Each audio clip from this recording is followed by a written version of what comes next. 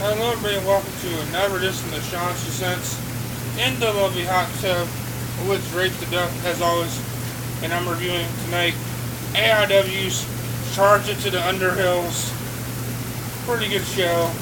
So we have been with Brian Myers and Tyson. So I respect both guys, but it was a pretty boring match, just basic wrestling.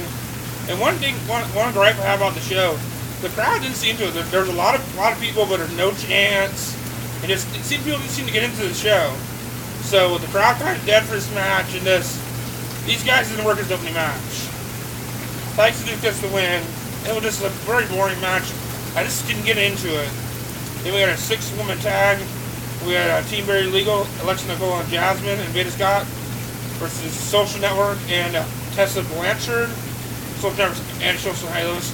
Pretty entertaining match. Some good shenanigans.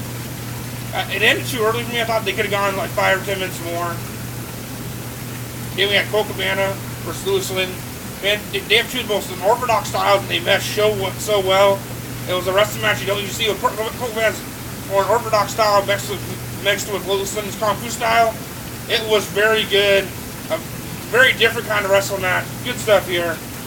Colt Cabana gets the win. Lyndon gets the win.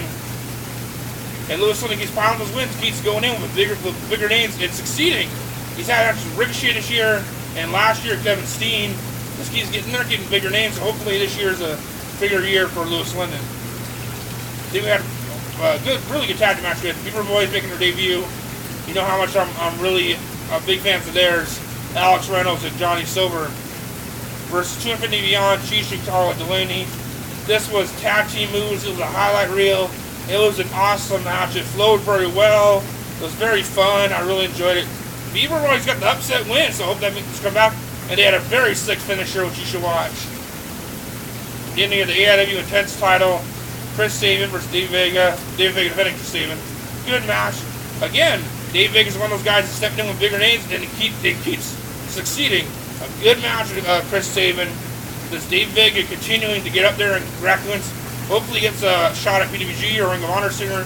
But one thing AIW is good at pushing these guys like Vega, Lyndon, and Rickey Page, and making them known names. Because Vega, I'm always excited to see him wrestle. And him and Chris Sabin had a good back-and-forth match. Chris Sabin doing the heel shit, which is good. Vega overcoming and getting winning the match. So very good match right there. Then we have one of the classic 6-man scrambles, 6-person scrambles. We had Candice versus Dick Justice versus Eric Ryan versus Rickey Page versus Flip Kendrick versus Joshua Singh. Not in Al-Qaeda. So this is a roller coaster of spots. It was just a highlight reel. Probably one of the best scrambles of the year. So it's a really good match. And And it really put Rickey Page on the map, getting him the big win. Hopefully next year he gets a title run.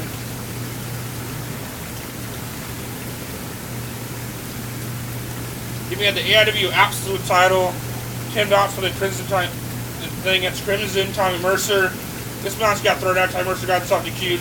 It's led to the Forgotten, which is Jimmy Jacobs, Sabin Whitmer, and Mercer versus Jollyville Buckets, Nasty Russ, T-Money, and Tim Donst. It's a very good match. Good, solid match. If you're following AIW all year, you really felt into the match, and you're really wanting the good guys to come out on top. Really good match. Really got into it. Then we had my match of the night. We had Eddie Kingston versus Chris Hero, and a knockout, dragged out, slobber knocker. One of the most violent matches of the year. I dare say it was a match of your candidate in AIW. One of the best AIW matches I've seen all year. These guys don't have the body of a WWE guy, but they get hit like a motherfucker. You call them both fat, you're gonna get chopped like a motherfucker. These two threw forearms, they threw chops. It was a beast match. It's a match that I can go back and watch probably a lot of times. Really good match. Eddie Kingston's win. And they're putting Eddie Kingston over like a motherfucker. He's doing great in AIW and great in AEW and good in Shikara. Eddie Kingston, great 2014. Then we had Josh Alexander, Uhaa Nation. I wasn't disappointed in this match. I couldn't get into it. Like, there were two athletic guys that were the first match. It was a good match. It didn't go into that second gear I thought it would. They just seemed to just do what they do and just really they didn't seem to put on all the big spots. And maybe it was because they're going after Hero and Kingston It was hard to follow that, but it was good. It picked up toward the end, but I was a little disappointed in Alexander Yard Nation. Maybe they can have a rematch down the line or impress me more, but I was disappointed. All respect for Yard Nation, Josh Alexander, two of the nicest guys, but this match didn't impress me.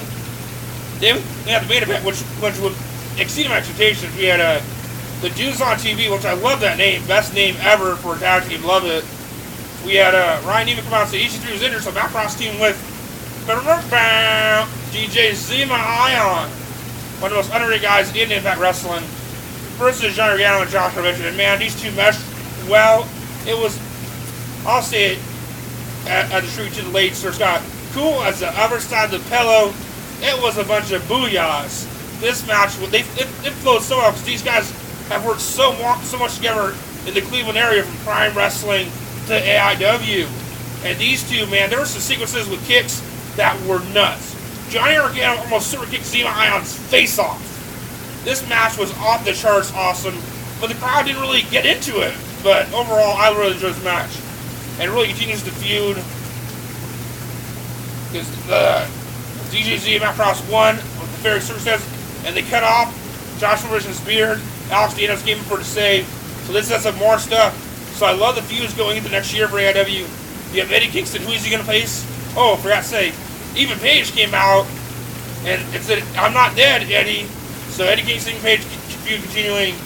Who's Dave Vega going to face next year? A lot of good stuff coming next year. The Forgotten and Tim Donst and Jolly Fucking still feuding, so that should be a good feud.